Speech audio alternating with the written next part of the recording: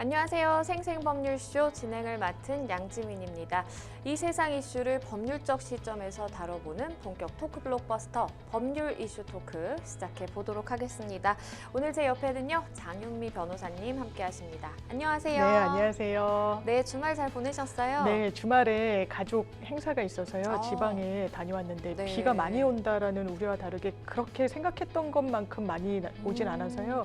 예, 간 김에 또 이제 유적지도 보고 맛집도 좋으셨겠네요. 찾아다녔습니다. 네. 네, 서울은 또 어제 비가 많이 와가지고 네. 그렇죠. 내일부터 또 추워진다고 하는데요. 우리 시청자 여러분들 감기 조심하시면 좋겠습니다. 네, 지금 이 방송 유튜브로도 실시간으로 함께 방송이 되고 있습니다. 소통의 창구도 활짝 열어두도록 하겠습니다. 그럼 법률 이슈 토크에서 나눠볼 이야기들 먼저 함께 만나보시죠. 김포 품은 메가서울 총선판 들썩인다.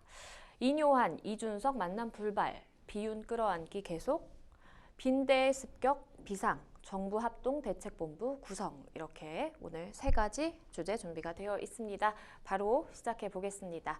여러분은 지금 생생법률쇼와 함께하고 계십니다.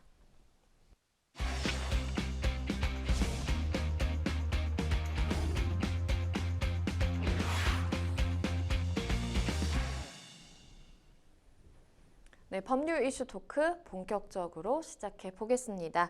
오늘 저희가 준비한 첫 번째 주제는요. 김포 품은 메가서울 총선판 들썩인답니다. 김포의 서울 편입, 이른바 메가시티 서울 구상이 연일 이 정치권의 뜨거운 감자로 정말 떠오르고 있습니다. 여당인 국민의힘은요. 지난달 30일 경기도 김포시의 서울 편입을 당론으로 추진키로 했죠. 여기에 이어서 김포 이외의 서울 인근 도시도 주민이 원하면 이 통합을 적극적으로 검토하겠다, 이런 입장을 밝혔습니다. 공식적으로 서울 편입의 이 구체적인 기준은 밝히지는 않았지만 당 안팎에서는 5개 도시 이상까지도 이렇게 검토 대상에 오를 수가 있다, 이런 이야기가 나오네요. 그렇습니다. 김포를 서울로 편입시켜서 이른바 메가시티 구상을 가시화하고 현실화하겠다라는 것이 국민의힘의 입장으로 나왔습니다. 이 네. 부분과 관련해서 사실 뭐 졸속적인 부분이 아니라 내부에서는 여러 차례 검토도 했다라고 이야기를 하고 있는 상황인데요. 오세훈 서울시장이 이 부분과 관련해서는 그렇다면 진지한 논의에 착수하겠다라고 이야기를 해서 네. 여러 지금 어떤 가능성들이 나옵니다. 왜냐하면 김포 같은 경우에는 서울시 지도를 보시면 아시겠지만 이제 서울을 중심에 놓고 봤을 때 왼쪽의 끝자락에, 그러니까 접경 지역은 상당히 좀 넓지는 않고요. 네. 끝에 이렇게 연결이 돼 있다 그렇죠. 보니까 오히려 고양, 다른 뭐 과천 이런 도시들이 서울과는 면접을 더 넓게 접하고 그렇죠. 있는 부분이 있거든요. 그렇기 때문에 그러면 김포는 넣고 이를테면 뭐 인접 도시는 제외하는 거냐? 그럼 그 기준이 무엇이냐라고 이야기를 하니까 일단 국민의힘에서는 관련 TF까지 발족이 된 상태인데요. TF에서는 백지 상태에서 검토할 거다. 몇 개 도시가 서울로 편입될지는 알 수가 지금으로서는 없다. 논의를 해 나가겠다라고 이야기를 하는데 워낙 총선이 좀 코앞에 다가와 있다 보니까 그렇죠. 이제 야권에서는 이게 사실상 어떤 총선을 겨냥한 어떤 정책 아니겠느냐라는 또 시선이 있는 것도 사실인 것 같습니다. 일단은 여당이 이 메가 서울의 범위를 한정하지 않으면서 관련 논의는 정말 하루가 다르게 확대되고 있는데, 여당은요, 이번 주 특위 출범을 시작으로 논의에 뭔가 속도를 가하고 있는 그런 모습입니다. 그렇습니다. 수도권 주민 편입 개선 특위라고 해서요. 네. 이게 사실 수도권의 이슈이기는 하지만 이런 도시행정 재편의 이슈는 전국 단위로 들여다볼 수밖에 없기 때문에 특위 위원장은 또 조경태 의원, 부산 사하 지역구를 갖고 있는 이제 부산 지역구의 의원이 맡게 됐기도 했고요. 일단은 국민의힘에서는 이걸 특별법으로 처리를 해야 된다라는 입장입니다. 기본적으로 어떤 행정 재편을 하는 데 있어서 단순히 그냥 행정적인 차원에서 좀 추진하기는 상당히 어렵고요. 근거가 되는 법령을 만들어야 되다 보니까 네. 이 부분과 관련해서 특별법을 별도로 발의하겠다, 이런 좀 안이 나오고 있고요. 그리고 특별법을 발의하는 그 과정 중에서는 당론으로 아예 채택을 해서 힘을 실어주겠다라는 그런 이야기도 나오고 있습니다. 그렇기 때문에 총선을 앞두고 상당히 이게 메가톤급 어떤 이슈가 되지 않겠느냐라는 그러게요. 전망도 나오고 있고, 김포, 서울 뭐 여론조사 결과도 여러 군데서 해서 나오고 있는데요. 김포에서는 아무래도 이게 부동산 상승을 견인하지 않을까라는 부분 때문에 기대 심리가 자리 잡고 있는 것 같고, 서울에서는 좀 부정적인 의견이 지금으로서는 좀 다소 높은 것 같습니다. 그러니까 언급을 해주시기는 했지만 이 특위는 지금 향후에 메가서울의 범위, 뭐 관련 법안 발의 등을 논의를 할 예정인데, 현재로서는 이 의원 입법 형식의 특별법 발의가 굉장히 유력하다라는 이야기가 나오고 있고요. 그런데 이것 또한 이 특위의 논의 과정에서 바뀔 수 있다라고 하는 게 이제 여당의 설명입니다. 뭔가 변수가 굉장히 많아 보이네요. 일단 1차 변수는요. 이게 김포를 넣는 안으로 확정이 될지 아니면 다른 도시까지 편입을 시킬지 그러게요. 여부인데, 그것조차 다 열어놓고 일단 하겠다는 겁니다. 국민의힘 관계자들 인터뷰 내용을 보면요. 일단 처음으로 이슈화시킨 도시는 김포이다 보니까 김포와 관련해서는 아마 1차적으로 법원에 들어갈 건데, 나머지 도시들에 대해서는 어떻게 마무리가 될지는 좀 열려있는 상황이라고 했고요. 네. 다만 굉장히 좀 숨가쁘게 좀 절차를 가져가는 것은 사실인 것 같습니다. 일단 10월 30일 날 김기현 대표가 간담회에서 바로 김포 서울 편입 당론 그렇죠. 추진을 발표했어요. 이게 어떻게 보면 느닷없고 어떻게 보면 깜짝 발표기는 맞아요. 했는데요.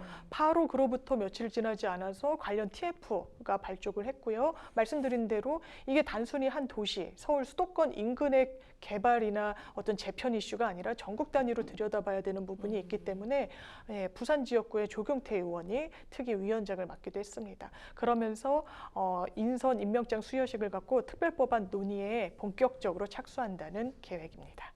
그런데 이제 문제는 과연 이게 통과가 될 수 있을까 여부인데요. 정치권에서는 일단은 민주당이 반대를 하는지 여부와 무관하게 사실은 물리적으로 이번 국회에서 통과가 어렵다라는 분석이 뭐 거의 대다수더라고요. 그렇죠. 그러니까 22대 국회 안에 그렇죠. 의원 입법, 그러니까 행정부 입법보다는 의원 입법이 아무래도 속도를 더 국회에서 논의할 때 빨리빨리 진행되는 측면이 있으니까요. 네. 그렇게 진행을 하겠다는 것이지만, 일단 민주당은 뭐 당론으로 반대다, 아니다 이렇게 이야기하고 있지는 않습니다. 기본적으로 이제 김포의 민심이라는 것도 있기 때문에 명시적으로 이 부분에 대해서 반대하는 것은 아닌데, 명시적인 입장을 내놓고 있지는 않은데, 이런 부분은 있는 것 같습니다. 김포에 정말 현안은 그 5호선의 연장, 이제 그 지하철을 연장하는 부분인데, 서울시로 편입이 되면 서울특별시의 하나의 구가 되는 거 아니겠습니까? 네. 그러면 기본적으로 이게 서울특별시의 예산 하에 있기 때문에 국세가 많이 지원되기는 데는 제한이 있다라고 합니다. 그렇기 때문에 오히려 그 연장하는 방안을 예비 타당성 조사를 면제해주면서 좀 속도를 내는 게 김포 시민분들한테는 더 체감이 되는 부분이다라는 이런 입장이 계속해서 나오고 있어서요. 민주당에서 선뜻 이 부분을 국민의힘과 발을 맞춰서 같이 통과하기는 상당히 어려워 보이고, 다만 과거에 민주당 지자체장인 김경수 전 경남지사가 또 경남 부울경 메가시티를 추진했던 적이 있거든요. 그때는 또 국민의힘의 의원들이 반대 목소리가 좀 있어서 제대로 추진이 못됐던 측면이 있는데, 그래서 전국 단위에서 수도권 집중 현상을 좀 분권화할 수 있는 방안으로 논의하자는 게 이제 야권에선 더 많이 나오는 목소리인 것 같습니다. 앞서서, 그러니까 물리적으로 이게 이번 국회에서는 이제 통과가 어렵다라는 분석이 많다라는 말씀 드렸는데, 그런데 이제 반대되는 뭐 일각에서는 국회에서 일단은 발의를 하고 주민투표까지는 어떻게 좀 진행을 해볼 수 있지 않겠느냐라는 뭐 의견도 있고요. 굉장히 좀 다양한 의견들이 있는데, 변호사님께서는 좀 어떻게 보세요? 이게 사실상 22대 국회 지금 총선이 지금 한 5개월 뭐 그렇죠. 이렇게밖에 남지가 않았습니다.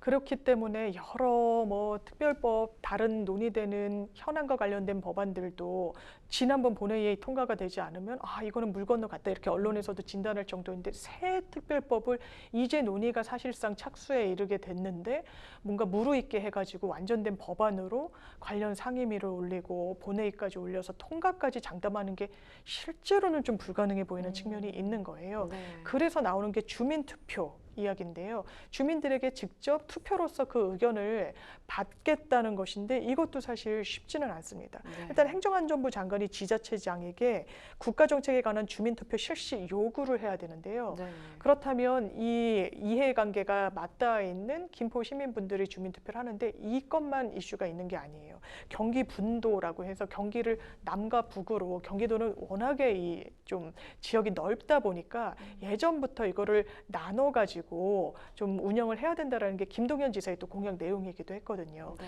그런 부분과 관련해서 주민 투표 이야기가 나오고 있는데 또 김포 이야기가 나오니까 이건 또 아기가 안 맞는 부분이 있고요. 분도를 하는 것과 김포를 서울로 편입시키는. 그래서 주민 투표는 실질적으로 시행하기는 좀 어려울 거라는 전망이 나오고 있습니다.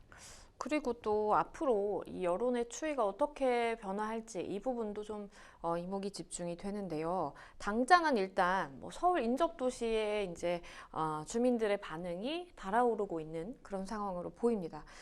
그런데 이 다른 지역 주민들 중심으로 좀 역풍이 불 수도 있다라는 얘기도 있어요. 그렇습니다.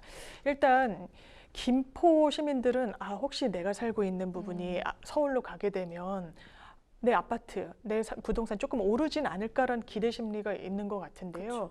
이 기대 심리가 인근 지역들은 그럼 우리는 이라는 물음표가 달리는 거예요. 그렇다면 또 서울은 어떤 입장이냐? 서울은 기본적으로 하나의 지금 시가 서울로 편입이 되게 되면 지금 김포시의 재정 자립도가 그렇게 높은 편이 아니라고 합니다. 그럼 서울시의 어떤 지방세가 많이 내려가게 될 수밖에 없는 구조다 보니까 다른 구에 미칠 여파를 신경을 쓰지 않을 수가 없는 것이고요. 네. 그리고 서울에서 비교적 낙후된 곳에 있는 국민의힘 당협위원장들도 반대 목소리를 공식적으로 내고 있습니다. 이게 김포에 갈 어떤 지원이나 이런 부분을 사실상 다른 서울의 부분에 좀 지원책으로 가져가는 게 맞지 않겠느냐. 그리고 서울시에 편입이 되면은 아까 그 지역 현안이라고 했던 그 5호선 연장과 관련해서는요. 이게 국가의 보조금은 많이 못 받게 되고 서울시의 그렇죠. 어떤 그 예산 하에 지원을 받게 되다 보니까 오히려 좀 어려워지는 거 아니냐. 뭐 이런 이야기도 나오고 있고요. 그리고 지금까지는 서울과 그 인접, 그러니까 김포를 제외한 나머지의 부정적인 의견을 말씀드렸다면 전국 단위로 봤을 때도요. 이게 여론조사를 돌려보면 58.6%가 반대한다라고 이야기를 합니다. 그러니까 지역에서 거주하시는 분들은 우리 지역 발전 그리고 지역의 인재 유치, 기업 유치 굉장한 현안일 수밖에 없는데 제대로 잘 되지 않는 부분이 있거든요. 그런데 우리 지역이 이 김포의 어떤 이슈에서 다소 소외가 되게 되면 개발은 더 멀어지는 거 아니냐라는 어떤 심리도 작용했던 것으로 보입니다. 일단 국민의힘이 이렇게 김포시의 서울 편입 당론 추진을 발표를 하다 보니까 메가시티 서울로의 통합 검토 대상이 이제 점점 늘어나게 되는 그런 상황이 됐고, 그러면서 고양, 구리, 그리고 광명, 하남 이렇게 서울 인접 도시들이 정말 들썩이고 있는 것 같아요. 서울 생활권을 사실 공유하고 있다 보니까. 그런데 이제 교통 부분에서 좀 이렇게 불편을 호소하는 그런 부분들도 있다 보니까 지역 주민들의 요구가 갑자기 좀 이렇게 본물 터지듯이 일어나는 그런 모양새입니다. 그렇습니다. 구리 같은 경우만 하더라도요. 우리는 경기도 지자체 중에 규모가 제일 작다. 편입시키려면 제일 쉽게 어떻게 보면 용이하게 편입시킬 수 있으니까 구리부터 해달라. 가장 빨리 추진할 수 있는 지자체다. 이렇게 주장하고 있고요. 네. 또 서울 통근 인원들, 이게 교통 이야기를 하다가 김포를 편입시켜야 된다라는 이야기가 나왔던 거거든요. 그러니까 구리에 그러면 출퇴근 현황을 시민들 조사를 해보면 실제로 서울 통근 인원 비율을 따지면 김포보다도 높다. 이렇게 구리시장, 구리에서 정치하시는 분들은 이런 언급을 하고 있는 거예요. 그리고 또 하남도 마찬가지입니다. 여론조사를 돌려봤다는 거예요. 하남 시민들을 대상으로. 하남 시에서는 94.6%가 찬성했다라고 이야기를 하고 있습니다. 언론 인터뷰 내용을 보면 이런 이야기를 해요. 우리 모두 서울로 편입되기를 원한다. 아무래도 이제 서울특별시라는 부분과 관련한 부동산 이슈, 또 통근, 교통, 여러 인프라 이슈가 있다 보니까 편입이 되면 뭔가 유리한 곳에 있지 않겠느냐라는 기대 심리가 이번 김포발로 사실 확산되고 있다고 볼 수밖에 없는 상황인 것 같고요. 말씀드렸다시피 사실 김포는 북한 북한이랑의 접견 지역이기도 합니다. 상당히 가깝거든요. 그래서 이제 안보와 관련해서도 뭔가 이슈가 더 논의가 돼야 되는 부분이 있는데 네. 그렇다면 다른 지역에서는 그래도 입지적으로 우리가 김포보다는 낫다라는 또 이야기를 할 수 있는 근거도 상당히 있어서 이 부분이 사실 집권 여당이 김포로만 한정짓지 않겠다라고 이야기를 한 만큼 그렇죠. 총선에서 여러 인접 지역들의 어떤 표심, 유권자들의 어떤 기대 심리도 좀 건드려주는 그런 이슈일 수밖에 없는 상황인 것 같습니다. 이 김포 지역의 여론에 대해서도 좀 이야기를 해볼까요? 일단 국민의힘이 당론으로 결정을 하겠다라고 이야기를 또 하고 특위도 구성을 하다 보니까 처음에는 주민들이 좀 반신반의했던 것 같은데 그런데 지금은 조금 뭐 기대를 한다? 이렇게 좀 봐야 될까요? 왜냐하면 여당 대표가 구체적으로 언급을 하고 있고 특위를 띄우고 임명장을 수여하면서 공식적으로 의견 수렴을 하고 있으니까 아무래도 이 부분과 관련해서는 김포에 사시는 분들이라면 아, 이게 공수표가 아니구나. 정말 하려나 보다라는 생각을 하실 수도 있을 것 같습니다. 또 거기에 오세훈 시장과 김포시장이 같이 머리를 맞대고 뭐 논의를 해보겠다 이야기를 하고 있다 보니까 이 부분과 관련해서 아, 뭔가 속도를 내는 듯한 인상을 당연히 이 지역에 사시는 분들은 가질 수밖에 없을 것 같고요. 이 지역의 만성적인 문제가 사실 출퇴근이었습니다. 그렇죠. 엄청나게 막히고 이 지하철에서 맞아요. 예, 정말 최근에도 뭐 이렇게 사고 같은 그쵸. 위험성이 상당히 높기 때문에 이 부분과 관련한 우려를 좀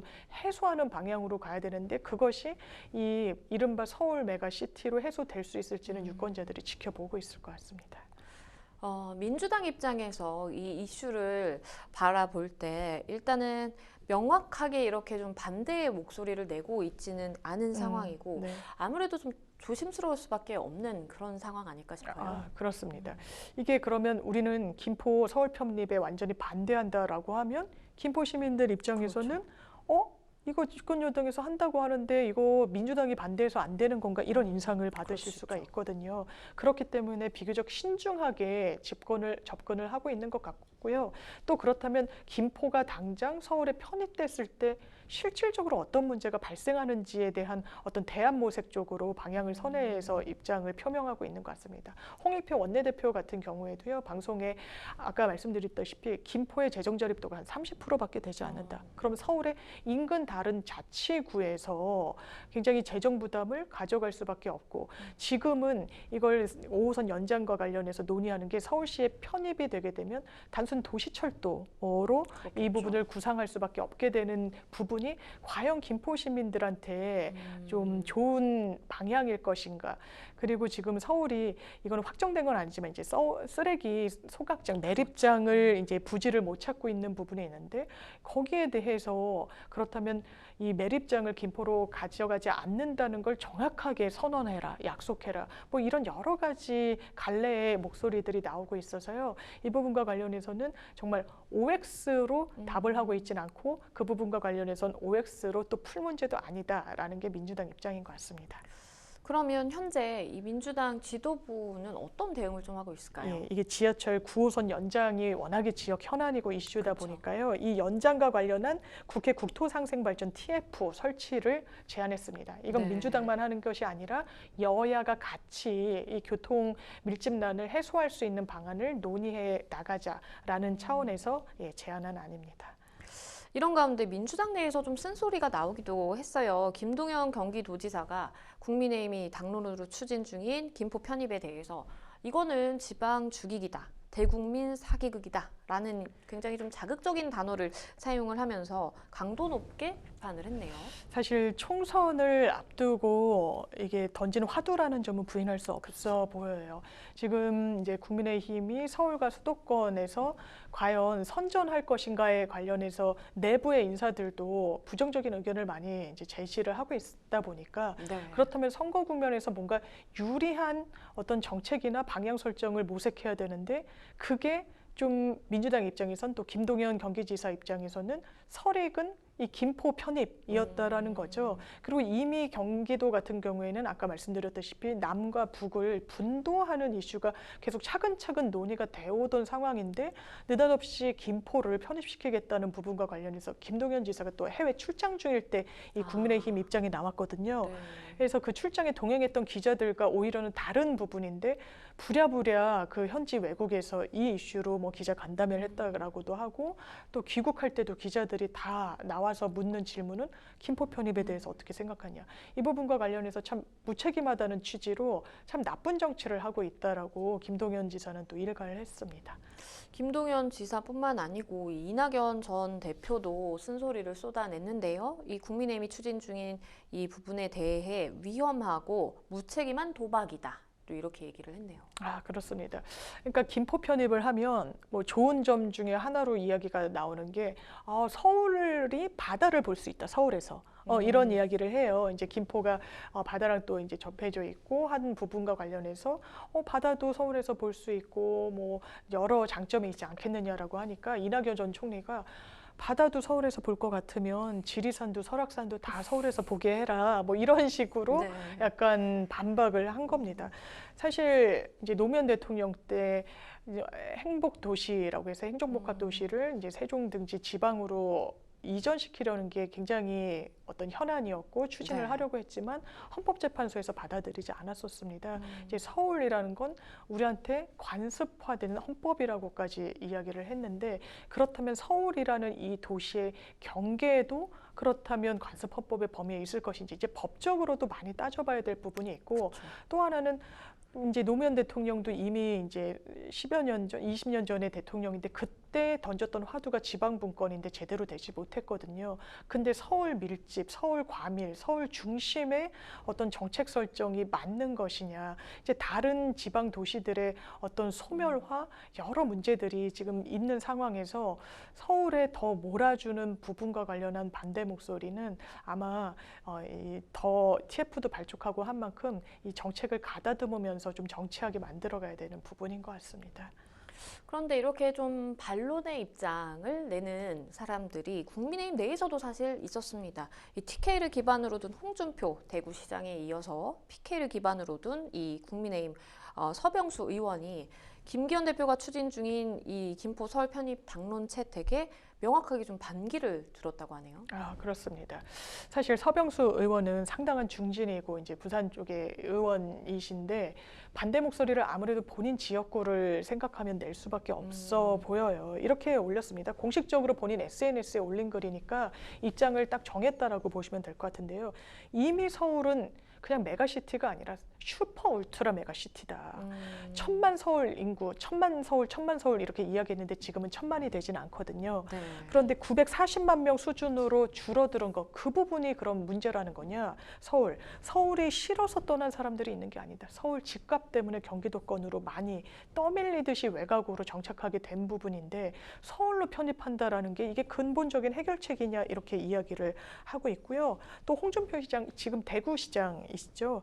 또 당대표를 역임했던 중진 중에 중진인데 지방시도를 통합해 메가시티로 만드는 것은 지방화 시대 국토 균형 발전을 위해서는 바람직할 수도 있다. 그렇지만 서울을 더 비대화시키고 서울을 더 크게 만드는 상황을 초래하는 이 집중심화를 그대로 두는 것이 과연 맞는 것인지 모르겠다라는 취지로 또 반론을 제기하기도 했습니다. 오세훈 서울시장과 이 김병수 김포시장이 만나서 오늘 머리를 맞대고 또 이달 중순에는 오 시장이 김동연 지사 그리고 유정복 인천시장을 만나서 이 수도권 현안을 논의를 하게 되는데요. 이 김포의 서울 편입 좀 어떤 방향으로 흘러가게 될까요? 지금 일단 당정의 지자체장인 김동연 지사 상당한 난색을 표하고 있고요. 네. 경기도가 또 낙후된 지역들이 있습니다. 왜냐하면 북한이랑 인접해서 그 특별법으로 다 좀 규제가 돼 있는 부분도 있고 오히려 또 특별법으로 지원을 해주는 부분도 있어요. 근데 이런 경기도의 북한 인접 지역이 서울로 편입이 되다 보면 특별시가 되다 보니까 그렇죠. 이런 인접 지역의 특수성이 좀 몰각되는 부분도 있습니다. 지원책과 관련해서 구멍이 오히려 생길 수도 있는 부분이 있다라는 지적도 나오고 있습니다. 물론 서울, 뭐 일본에서도 뭐 메가시티다라고 해가지고 도쿄를 중심으로 크게 확장을 했던 그런 정책을 도입했던 적이 있다라고 합니다. 네. 그런데 이제 인구가 줄면서 외곽부터 공동화가 되는 현상이 가속화되기 시작했었다는 것이에요. 그래서 우리나라도 뭔가 인구와 관련해서 저출산 문제가 너무 심각하다 보니까 그런 보강까지 같이 녹여내야지, 이번 총선 안에는 반드시 특별법 형태로, 의원입법 형태로 이것을 통과시키겠다라는 건 사실 상당히 어려운 부분이 있을 것 같아서 이건 차기 국회에서 차근차근 논의할 수밖에 없는 그런 주제이지 않을까 싶습니다. 네, 김포 품은 메가 서울 충선판 들썩인다 라는 주제로 첫 번째 법률 이슈 토크 만나봤습니다. 여러분은 지금 생생법률쇼와 함께하고 계십니다.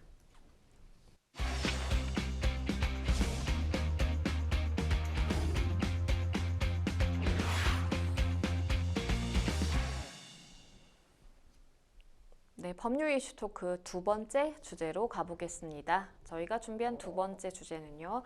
인요한, 이준석 만남 불발, 비윤 끌어안기 계속입니다. 인요한 혁신위원장이 지난 토요일 이준석 전 국민의힘 대표를 만나기 위해서 부산까지 찾아갔는데요. 제대로 만나지 못했고 빈손으로 돌아올 수밖에 없었습니다. 당 통합을 위한 비윤 끌어안기가 정말 쉽지 않은 것 같네요. 이미 넘을 수 없는 강을 건넜다라는 평가들이 많은 것 같고요. 네. 서로 날선 어떤 반응들, 단어들, 평가들 주고받는 것을 보면 이거는 총선을 앞두고 합치기는 상당히 어렵겠다. 누구 한쪽이 완전히 그냥 총선의 주도권을 쥐는 형국이 되던가 아니면 쪼개질 수밖에 없을 것이다. 이런 전망들이 많이 나오고 있는 것 같은데, 이른바 유승민 의원을 인요한 이제 혁신위원장이 만났을 때 젠틀맨이다. 뭐 이렇게 평가를 했지만 네. 이준석 전 대표를 만났을 때는 사실상 뭐 냉대를 받았다는 평가들이 나오고 있어서 이 부분이 사실 통합을 위해서 인요한 위원장이 지방까지 간 것이었지만 빈손으로 돌아온 건 맞는 것 같습니다. 인 위원장이요. 지난 토요일 부산 경성대 중앙도서관에서 이전 대표가 이현주 전 의원과 함께 진행했던 토크 콘서트에 이제 참석을 한 겁니다. 일정에도 없이 갑자기 정말 이렇게 찾아간 거라고 해요. 그런데 직접 이제 만나겠다라고 생각을 하고 간 건데 결국 만나진 못하고 굉장히 좀 많은 이야기들이 있었던 것 같아요. 네, 이 영상 보신 분들 많으시겠지만요. 네. 이제 만났다라고 하려면 이제 1대1로 그래도 그쵸, 대화도 대화도 최소한 하고. 한 몇십 분이라도 하고 이걸 만남이라고 할 텐데 그냥 일방적으로 이준석 전 대표의 강의를 듣고 네, 있어요. 이건 그렇죠. 일방 소통이니까 내가 가면은 내 모습을 보고 뭔가 대화를 별도로 좀 할 수 있겠지라고 했지만 인요한 위원장은 이제 확대 해석을 경계하기 위해서인지는 모르겠지만 내가 그냥 만나기 위해서 갔었고 다른 일정이 있어서 나랑 별도로 만날 시간은 없었다라고 이야기를 했지만 두 사람의 어떤 이른바 1대1 조율은 이루어지지 않았습니다. 네. 오히려 화제가 됐던 건 이준석 대표와 이현주 전 의원이 이제 같이 토크 콘서트를 한다라고 해서 대대적으로 좀 홍보를 했었는데 그 부분과 관련해서 인요한 위원장을 보고 던진 이준석 전 대표의 반응과 발언이었죠. 그러게요. 왜냐하면 대단히 놀라움을 줬던 건 한국말로 이야기하지 않고 영어로 했으니까요. 그런데 이준석 대표가 인요한 위원장이 다른 언론 인터뷰에서 본인을 향해서 마음이 많이 다친 사람이다라고 했을 때 심지어는 학교폭력 아니면 교통사고 가해자가 오히려 피해자한테 너 마음을 많이 다쳤구나 얘기하는 것과 뭐가 다르냐고 굉장히 격앙되게 인터뷰를 여러 차례 했었거든요. 네. 그 연장선상에서 보면 본인을 찾아온 부분을 또 뭐 마음이 상해서 그렇다고 좀 폄훼한다라는 느낌을 받았는지 사실상 그 잡은 손을 잡지는 않았습니다. 이게 언급을 해주셨지만 이준석 전 대표가요 인요한 혁신위원장을 미스터 린튼 이렇게 불렀고요. 그리고 영어로 사실 이제 막 이야기를 한 거예요. 내용이요. 당신은 이 자리에 오늘 있을 자격이 없다. 내가 환자인가? 이 자리에 의사로 왔느냐? 진짜 환자는 서울에 있으니 그와 이야기하라. 뭐 이렇게 이야기를 했네요. 이게 맥락이 있는 거죠. 이준석 대표는 인요한 위원장이 계속 마음 다친 사람이라고 본인을 이야기하니까 대놓고 아마 1대1로 만난 거는 처음일 테니까요. 이런 구도에서 내가 아픈 사람이냐, 내가 환자냐 이렇게 되물은 거예요. 네. 그때 이뉴한 위원장님 아니면 영어로 산다면 뭐 미스터 인 뭐 이런 게 아니라 그렇죠. 영어 원래 이제 본인의 그 성을 쓴 겁니다. 미스터 린튼 이렇게 이야기를 하면서 영어로 이야기를 한 거죠. 대단히 좀 선을 긋는 느낌이죠. 왜냐하면 그쵸. 특별기화 1호고 대한민국 국적을 가진 분이에요. 그런데 뭐 장씨, 김씨, 뭐 이런 인씨라고 지칭한 게 아니라 이 미국식 성을 그렇죠. 바로 이야기를 하면서 영어로 이야기했으면 내가 환자냐? 그러면서 더 놀라움을 준 건 이 다음 문장이었습니다. 서울에 있다 환자는. 그러면 이게 누구를 지칭하는 걸까? 당연하지만 윤석열 대통령을 이야기하는 거라는 해석을 낳을 수밖에 없고요. 네. 그러니까 이뉴한 위원장은 그 뒤에도 다른 언론 인터뷰에서 내가 의사니까 환자가 누군지는 잘 안다라고 하면서 또 이준석 대표가 마음이 아프다 이런 이야기를 계속해서 이게 회복되지 않은 채 계속 갈등은 뭐랄까요 점점 커지는 국면이어서 아마 혁신위에서 이른바 반윤에 서 있는 이준석 전 대표의 손을 덥석 잡고 함께 뭔가를 또 총선의 승리를 견인하거나 모색하기는 상당히 어려운 국면인 걸 지난 주말에 보여줬던 것 같습니다.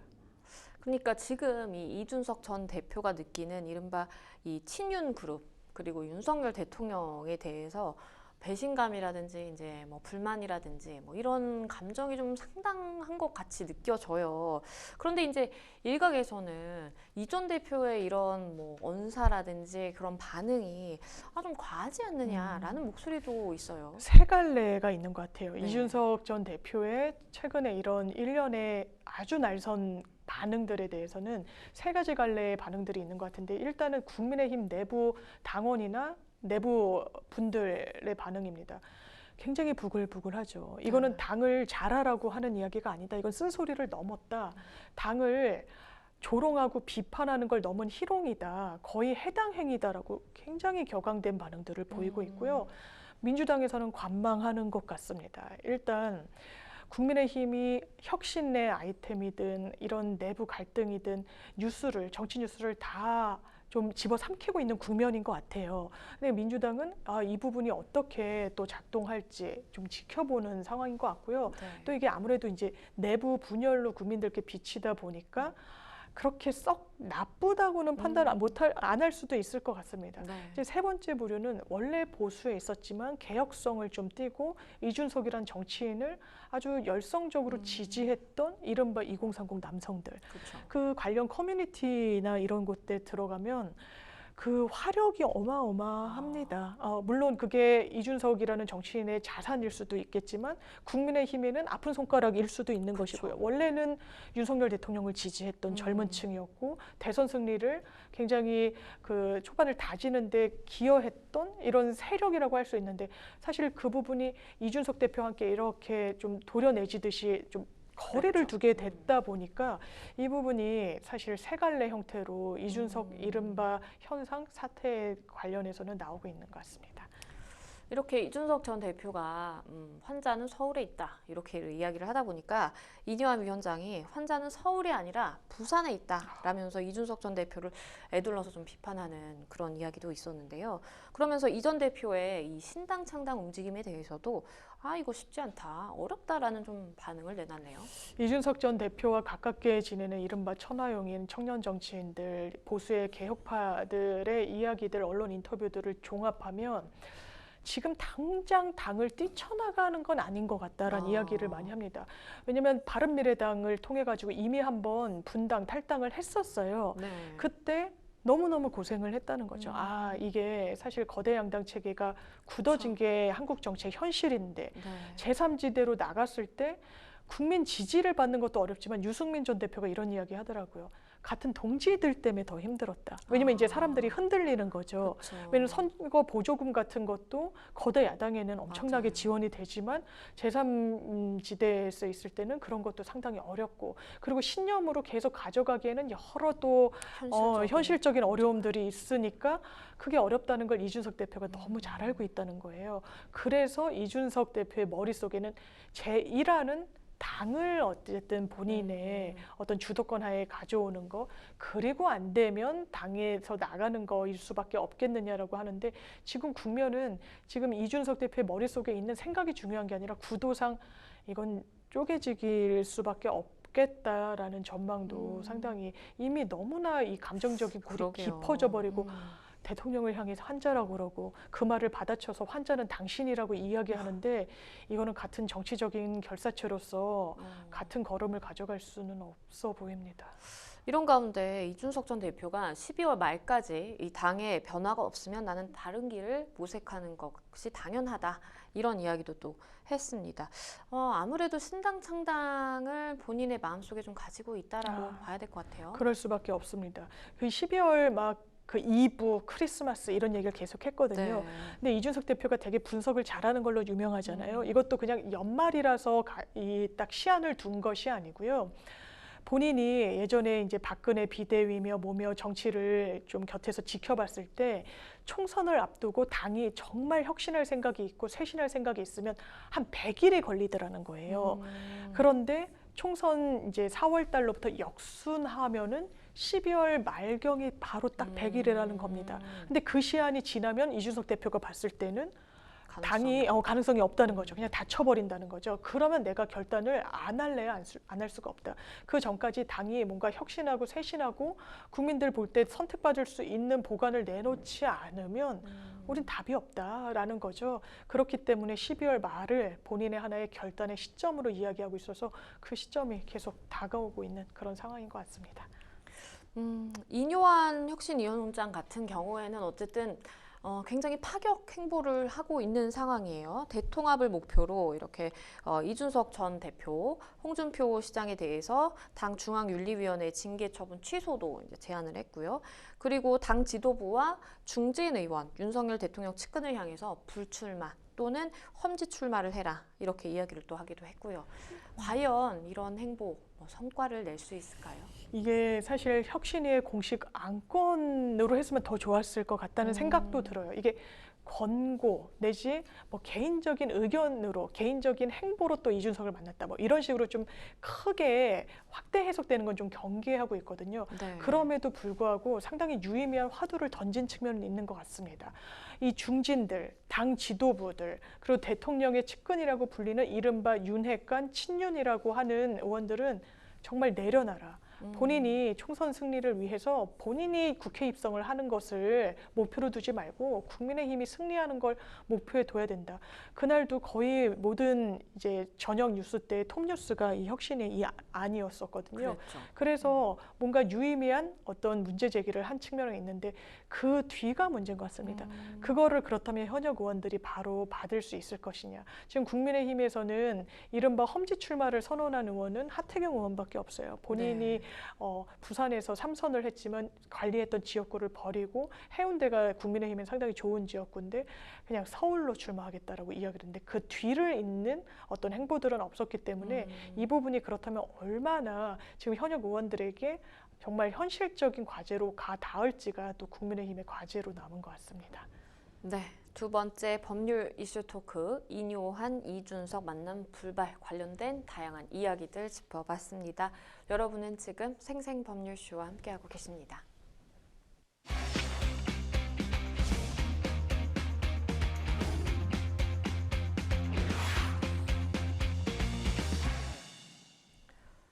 네, 법률 이슈 토크 세 번째 주제로 바로 가보겠습니다. 세 번째 주제는요. 빈대 습격 비상 정부 합동대책본부 구성입니다. 전국에 때 아닌 이 빈대 공포가 확산하면서 시민들의 불안이 커지고 있습니다. 이렇게 합동대책본부까지 꾸려야 되네요. 여기에 같이 참여를 하고 있는 정부 부처가 상당히 많습니다. 네. 일단 행정안전부가 키를 쥐고 있고요. 보건복지부 들어갔고요. 질병관리청, 문화체육관광부. 왜냐하면 이게 해외에서 유입되는 부분이 있다는 네. 진단이 나와서 그렇고요. 고용노동부, 교육부, 국토교통부, 법무부, 국방부, 환경부. 이게 10개 관계부처와 지자체가 참여해서 번정부 차원에서 이 부분을 어떻게 해결할지 발족할 정도로 큰 문제로 지금 좀 떠오르고 있습니다. 네. 일단 행안부에서는요. 일단 앞으로 어떻게 구성해가지고 운영하겠다. 보건복지부는 실질적으로 이 빈대를 어떻게 퇴치할지 구체적인 안을 이제 여러 각 부처에서 머리를 맞대고 있는 상황입니다. 사실 빈대가 우리나라에 사라진 줄 알았는데 이게 지금 상황이 심상치가 않아요. 서울을 비롯해서 전국 곳곳에서 발견이 되고 있다고 합니다. 얼마나 심각한 상황일까요? 일단은 아마 해외에서 유입이 됐을 거라는 게 그러게요. 좀 맞는 그 분석인 것 같고요. 네. 이 리포트를 보면요, 기사들을 보면 이렇습니다. 경기도 포천의 고시원 방역업체가 와서 막 고시원을 다 좀 뒤집어서 살충 작업을 하는 거예요. 빈대가 네. 나왔거든요. 그러면 이런 고시원들 그리고 불특정 다수들이 숙박하는 호텔 시설들 또 외국인 관광객들도 코로나가 좀 잠잠해지면서 엄청나게 많이 들어오고 있거든요. 네. 그래서 호텔 투숙객 그리고 실제로 뭐 이제 아파트에서도 좀 나오게 했다. 아. 빈대라는 건 또 옮겨 다니기 마련이니까요. 근데 이 문제가요, 이게 감염병을 직접적으로 옮기지는 않는다라고 합니다. 근데 이제 빈대에 물렸을 때 가려움을 유발하고 좀 생활에 불편함, 심하면 피부 감염까지도 걸릴 수 있기 때문에 유의가 필요하시고요. 네. 이게 없어진 줄 알았죠. 왜냐면 1970년대 때 DDT 살충제 방역하면서 거의 보이지 않았거든요. 네. 그런데 인천 사우나, 고시원, 호텔, 뭐 여러 이런 불특정 다수 이용시설에서 빈대가 나왔다라는 소식이 줄을 잇고 있습니다.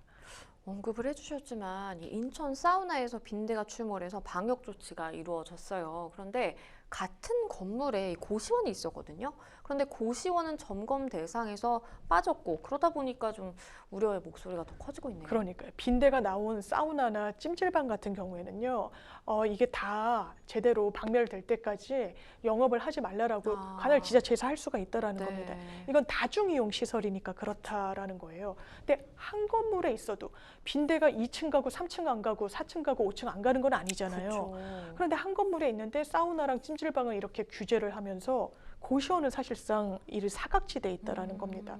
아마 이 고정적으로 거주하는 분들이 사시는 공간이다 보니까 거기에 아주 강제적인 뭐 방역 아니면 뭐 그런 어렵죠. 부분이 상당히 어려워 보이는 부분이 있는데 그렇더라도 이런 상황에서 어떤 지자체의 권한이 미치지 못한다라고까지 보는 건 상당히 불합리한 부분이 있어서 이 관리 권한과 관련한 근거 어떤 규정들은 만들어야 될 것 같은 생각이 들고요. 사람들도 이해가 안 된다는 반응이 상당히 많습니다. 네. 같은 건물인데 뭐 영업 중지를 하는데 고시원은 그럼 아무런 조치도 취할 수 없는 거냐, 방역 조치도 제대로 해줄 수가 없다라는 거냐.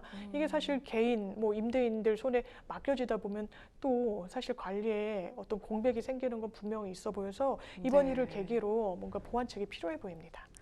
그런데요, 이 최근 서울 지하철 그리고 KTX 등에서도 빈대 관련 민원이 처음 접수된 것으로 확인이 됐다고 합니다. 빈대 공포증이 점점 커지고 있는 것 같아요. 그렇습니다. 이게 왜냐면 얼룩만 봐도 저도 이제는 그런 생각을 하거든요. 이거 혹시 뭐 빈대라고 하는데 빈대가 막 왔다 갔다 하고 거기에 얼룩을 남긴다고 하는데 이게 벌레 자국인가? 이런 생각을 하니까 시민들이 신고를 하는 거예요. 예, 서울 교통공사에 올해 들어서 빈대 관련 민원이 10건이 접수가 됐다고 하는데요. 다행인 건 여기 빈대가 있는데 이거 잡으셔야 됩니다. 이런 민원은 아니었고 잘 관리해서 정말 빈대 안 생기게 해주세요. 그러니까 미리 좀 선제적으로 노력을 기울여 줄 것을 원하는 그런 민원들이었다라고 합니다. 네. 그리고 최근에는 더 빈대 관리에 만전을 기해달라는 민원 요청들이 많이 들어오고 있다라고 하고요. 약간 찝찝한 것 중에 하나는 공항철도 같은 경우에는 모든 좌석이 직물, 패브릭으로 돼 있습니다. 그래서 이 부분과 관련해서 빈대에 좀 더 취약한 거 아니냐라는 이야기들도 많이 나오고 있는 그런 상황입니다. 그런데 이 빈대 출몰 원인과 관련해서 토종 빈대가 아니라 이건 좀 다르다고 하네요. 열대 빈대다라는 이야기가 있네요. 맞습니다. 이제 빈대 박멸을 위해서 방역업체에서 나가잖아요. 네. 그러면 아마 그 표본을 채취할 수도 있는 것 같습니다. 그래서 분석해 보면 우리나라에서 원래 정말 70년대 이전에 많이 보였던 그 빈대가 아니라는 거예요. 그래서 열대 빈대, 그러니까 해외에서 유입된 빈대로 확인이 되고 있는데 이게 어떻게 보면 더 다행이라고는 합니다. 그래요? 왜냐하면 토종 빈대가 정말 다시 출몰하는 거면 지금까지 DDT 이런 거에 대한 내성을 가졌다고 볼 수 있다는 거예요. 지금 박멸하는 여러 방역 어떤 기구들이나 이런 약물들의 내성을 길러서 토종 빈대가 다시금 막 나오는 출몰하는 그런 건 최선 아니기 때문에 다행이긴 하지만요. 일단 열대 빈대라고 하더라도 제대로 초기에 잡지 못하면 이게 어느 순간 또 퍼져나갈지도 모르니까요. 그리고 특히나 또 학생들이 사는 기숙사 또 해외 학생들이랑도 같은 생활 공간에 있고 하다 보니까 이런 부분 부분에 대한 어떤 방역 그리고 보건 좀 걱정이 많이 늘고 있는 상황인 것 같습니다. 그러면 빈대에 물리면 좀 어떤 증상이 나타나는지, 그리고 우리가 좀 어떻게 대처를 해야 되는지도 좀 알려주시죠. 네, 일단 보통은 옷이나 이런 긴팔, 이불, 뭐 토시 같은 것으로 감싼 부분은 물리지 않는다라고 하는데 이제 맨살이 물렸을 때가 문제입니다. 네. 발, 얼굴, 목 등에 떼지은 다발성 모양이 이렇게 줄처럼 약간 대상포진 걸렸을 때도 이 선을 이룬다고 하잖아요. 네. 이 물린 자국을 보면 이렇게 선을 모양으로 물립니다. 지금 보시는 것처럼요. 마치 뭐 새떼가 날아가는 것처럼 다발성 병변으로 나타나는 경우가 많고요. 또 피부에 붉은색 또는 흰색으로 부어오르는 자국이 굉장히 많이 생깁니다. 또 심한 경우에는 이런 자국뿐만 아니라 수포, 농포 등이 생길 수가 있는데요. 이게 빈대가 피부에 달라붙었을 때 한 마리 정도면은 피를 빨아먹었을 때 큰 뭐 타격은 안 된다고 할 수 있지만 계속 빨아먹으면 흡혈의 이 성격을 갖고 있기 때문에 정말 심한 경우엔 빈혈이 올 수도 있다라고 하고요. 고열을 유발할 수 있습니다. 또 상당히 간지럽기 때문에 그렇죠. 이 부분을 제대로 조치 안 하고 계속 긁기 시작하면 염증으로 더 큰 또 상처 등이 생길 수도 있으니까 상당히 좀 유념을 하셔야 되고요. 바로 물린 거 확인하시면 스테로이드 계열의 연고 바르시고 온찜질 하는 것도 이 간지럼을 완화하는 데 상당한 효과가 있는 것으로 알려졌습니다. 이 최근 정부 곳곳에서 이렇게 빈대가 나타나게 되면서 지방자치단체들이 방역 대책을 내놓고 있습니다. 서울시는요, 빈대 제로 도시 프로젝트를 추진하기로 했는데요. 우리 집에 빈대가 있는지 없는지 이렇게 확인을 해볼 수 있다고 하네요. 네, 빈대 제로 도시 프로젝트를 위해서는요. 일단 내가 빈대가 잘 생길 수 있는 환경에 살고 있는지 이 만든 검진표가 있습니다. 보면요, 여러 기준이 있는데요. 최근 해외여행을 다녀왔는지, 뭔가 몸이 간지러운 것 같고 잘 눈엔 보이지 않는데 벌레가 있는 것 같다. 내가 혹시 해외여행을 다녀왔는지, 아니면 이용 장소에 외국인 등 여행객이 많이 있는 곳을 내가 들른 적이 있는지, 그리고 아까 보여드린 그런 현상에 어떤 상처가 내 목이나 팔이나 뭐 배부위에서 발견이 되는지, 빈대 물린 관련 의심 증상이 있는지, 그리고 눈으로 요즘 인터넷에 빈대라고 이미지 검색하시면 바로 확인 가능하시니까 그렇죠. 아예 빈대 직접 확인하시는 것도 가능하고요. 빈대를 못 잡으면 그 빈대의 흔적이 있습니다. 탈피의 흔적이 있을 수도 있고요. 네. 연한 노란색 껍데기를 남기는 경우가 있으니까 집이나 아니면 자주 이용하시는 장소에 이런 어떤 흔적이 발견된다면 이거는 방역업체를 불러야 되겠구나 생각하시면 되고요. 또 침대 시트나 매트리스에 붉은 얼룩, 어두운 반점, 뭔가의 배설 흔적이 확인되면요. 이런 부분도 내가 빈대에 노출될 수 있겠구나라고 생각하시면 될 거고요. 빈대 만약에 발견했다라고 하시면요. 네. 스팀 고열, 진공청소기, 오염된 직물의 건조기, 소독 등을 통해서 이 해당 직물을 이불이나 뭐 이런 부분을 빨리 물리적인 방제하거나 살충 처리하시는 게 필요하다고 전문가들이 조언하고 있습니다. 그런데 우리가 빈대 잡다가 초가상간 태운다라는 이야기가 있을 정도로 정말 빈대가 한 번 생기면 완전히 박멸하는 게 굉장히 좀 힘든 것 같아요. 이게 빈대 예방을 위한 방법이라든지 우리가 좀 집안에서 뭘 어떻게 해야 좀 예방할 수 있는지 좀 알려주시죠. 이게 이사 가실 때 가구 배치를 어떻게 하느냐가 상당히 중요하다고 하는데요.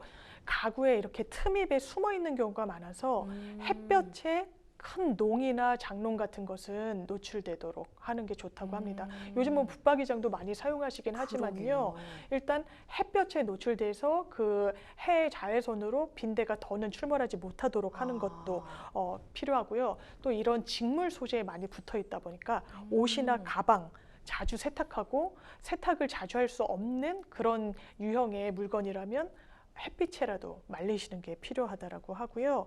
특히 중고 가구 구입하실 때 많은 주의를 기울이셔야 된다고 합니다. 틈새를 정말 꼼꼼하게 틈새를 보셔야지 거기에 어떻게든 묻혀서 들어올 수가 있기 때문에 그렇죠. 사실 때 꼼꼼하게 보고 들여놓으면 청소를 엄청나게 꼼꼼히 해야 되고 아까 말씀드렸다시피 청소 꼼꼼히 하신 이후에는 바로 햇볕에 이 가구가 노출될 수 있도록 가구 배치를 하시는 게 그나마 빈대로 인한 피해를 줄이실 수 있는 방법입니다.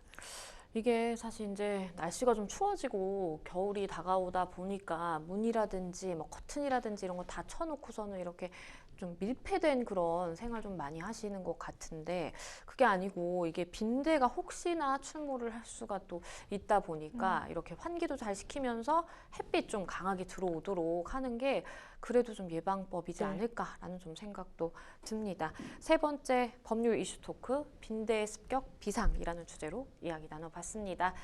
네, 생생 법률쇼 마칠 시간이 다 됐는데요. 오늘 함께 해주신 장유미 변호사님 감사합니다. 네, 고맙습니다. 네, 오늘 저희가 준비한 내용 여기까지입니다. 다음 시간에 다시 찾아뵙겠습니다. 시청해주신 여러분 고맙습니다.